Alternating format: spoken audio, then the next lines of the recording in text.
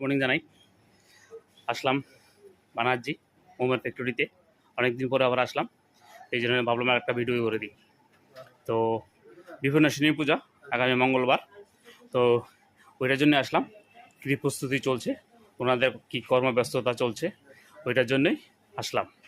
আর number দেওয়া আছে, অবশ্যই কল করবেন, যোগাযোগ করবেন তাদের সঙ্গে এবং প্রোডাক্ট নিয়ে যাবেন এখান থেকে।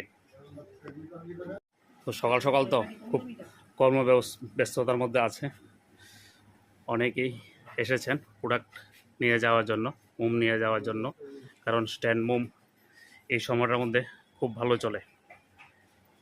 দেখতেই পাচ্ছেন প্রচুর স্টক, প্রচুর মেশিন, প্রচুর